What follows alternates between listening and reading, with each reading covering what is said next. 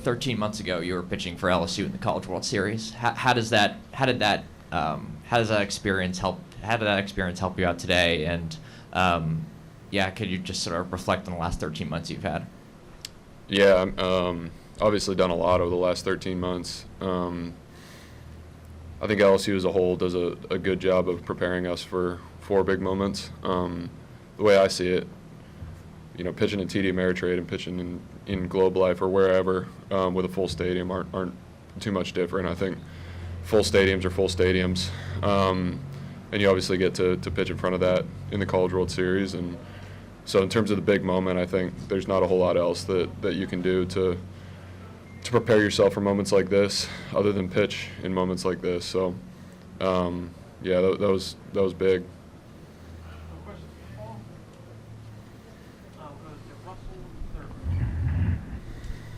Paul, you've allowed a home run to Shohei Ohtani before, but to have him support you in this game, that 3-run shot, how did that feel for you? And then what is it like to pitch against a guy like Shohei? Yeah, I tried to enjoy, the 3 hours or so that I had on the same team with him, because that's probably only going to happen for once a year. So it was really cool to watch him do that, really cool to watch him go about his business and get to meet him and all that.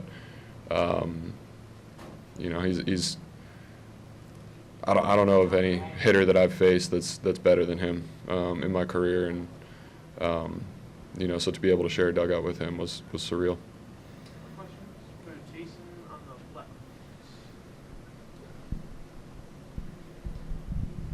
Paul, what was the duel like with Soto? Turned out to be a lot of pitches, and were you conscious that he was trying to get Judge to the plate? Yeah, with 2 outs, you're trying to extend the inning. Just kind of threw him everything. Missed with a couple breaking balls. Just missed on the last pitch. Paul, plenty of guys leave in the middle of the game. You stuck around all the way to the end. Why did you do that, and what were you able to experience because you stayed all 9 innings?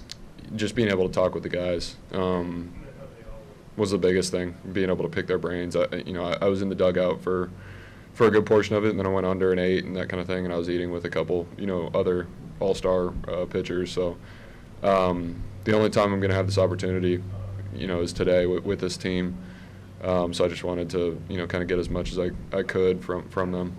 Anything in particular you learned from someone that would share? Not anything that would be interesting, really. Stuff that's probably going to help me over the course of my career. Been talking with Chris Sale, who's been to 8 of these, I think, and Glasnow and Logan Webb and Hunter Green and guys like that. Even if I get one tiny piece of advice or something that can, one tiny nugget from them, that's it could help. From all the moments in the last 2 days, what are 1 or 2 that stick out in your mind that you'll really remember most? I don't know. Probably the first pitch, just being out there. I don't think I blacked out when I was out there, but I was pretty close. It was cool to be on that mound. Just being able to share this with my family and have them out here and just being able to experience it. I don't know that there's one moment because it was 2 days, packed with moments.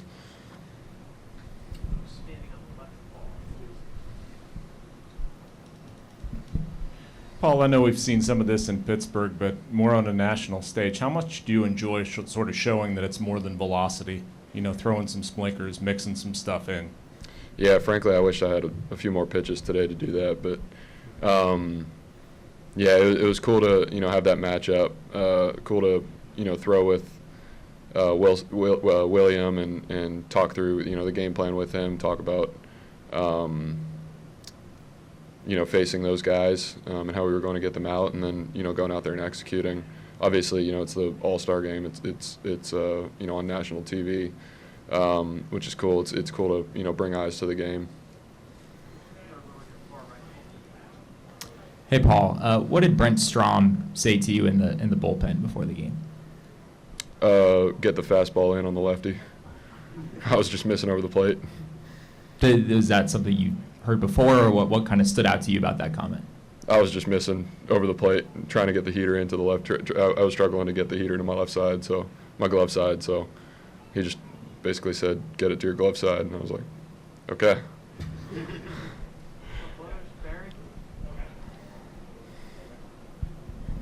Thank you. Paul, since May 11th, you've had quite an experience as things piling up on each other to this date. What do you expect from the second half of the season on top of everything else? Hopefully going to win a lot of games. Go out there and keep executing the kind of the way I have been, and keep learning the league. Just learn every single outing, and keep putting us in positions to win. You haven't pitched in some of the bigger ballparks yet. Dodger Stadium, Yankee Stadium, obviously, even San Francisco. You look forward to that? Arizona's coming up. Yeah, I'm looking forward to it. I take it one start at a time. I don't look too far into the future, but definitely looking forward to coming out west and those series. Paul, going back to Ohtani again, you were a two-way player before in college. Did you have a chance to talk to him and pick his brain a little bit, or maybe on pitching? Yeah, a little bit. More so, I just wanted to kind of watch him work. A guy like him, I'm sure everybody's probably going up to him, so I kind of tried to stay out of his way. But talked to him about a couple different things, and watched him. I mean, I was in the weight room when he was in the weight room, and just tried to watch him, kind of do his thing and learn from that. Is there anything that stuck out? Not really. I mean, it's kind of what I would expect from a guy like Shohei. In terms of how he goes about his business, it's big league.